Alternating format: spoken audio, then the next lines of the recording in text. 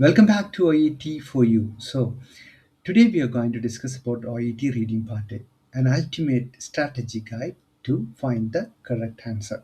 Okay, let's see what's in reading part A. Reading part A is all about speed and accuracy. You have 15 minutes to answer 20 questions across four short texts. So, the skill tested in part A are fast scanning, locating specific information, matching information across texts, understanding synonyms and paraphrasing, distinguishing similar but not identical details. So these are the 10 most effective techniques you can use. Number one, start with the question, not the text. This is the golden rule because part A is not comprehension, it is information retrieval. You must know what you're looking for before reading anything. Number two, identify the question type. There are three types of questions: matching questions from question 1 to 7, match statements to text A, B, C, and D. Second type of questions is short answer type of questions from question 8 to question 14.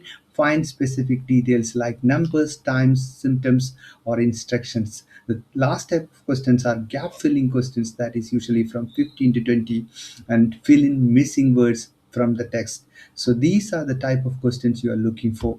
And next method is use the keyword triad. So you're looking for three type of keywords here: the main keywords, qualifier, and synonyms. Let's see what is main keyword. They talk about the dosage of a drug or symptom of a disease or a duration. So the important thing that we are talking about, so that are the main keywords you're looking for. Then again, qualifier, like important details of initial CBO after 24 hours, some specific informations related to the main keyword is the qualifier. And again, there are some possibilities of synonymous use, like they may use pain or discomfort or ache in the same meaning. So these are the type of words, keyword words you're looking for.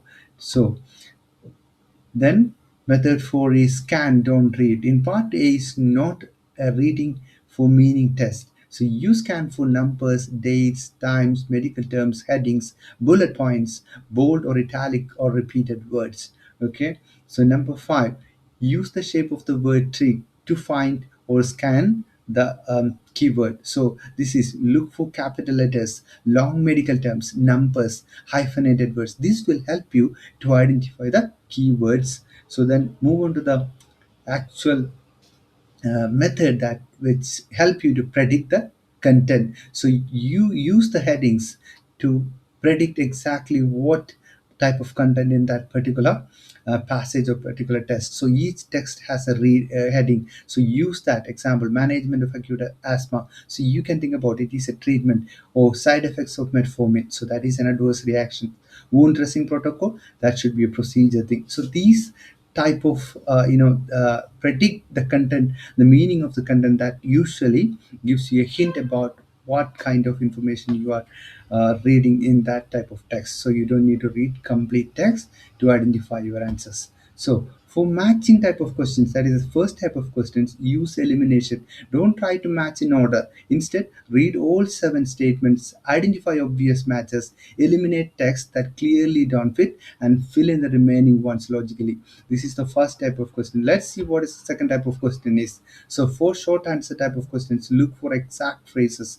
So we already told, like discuss about how to scan. So scan for a number, time, a measurement, a symptom, a step in procedure. Usually it is a verbatim from the text is the answer. So next, last type of question is, that is gap filling question. So use grammar plus logic techniques to find the correct answer. Does the missing word is a noun or a verb or an adjective grammatically? So ask yourself this question. Then again, does the sentence require a number?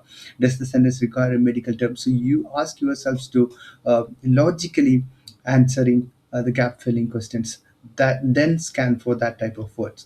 Okay, so don't miss this method. Always remember double check rule. So before moving on, reread the question and reread your answer. Confirm the text supports it exactly. So this prevents losing marks due to speed. So these 10 methods will definitely help you to get the full marks in part A reading. So thank you for watching the video, and please like and share and comment for this video. Thank you very much.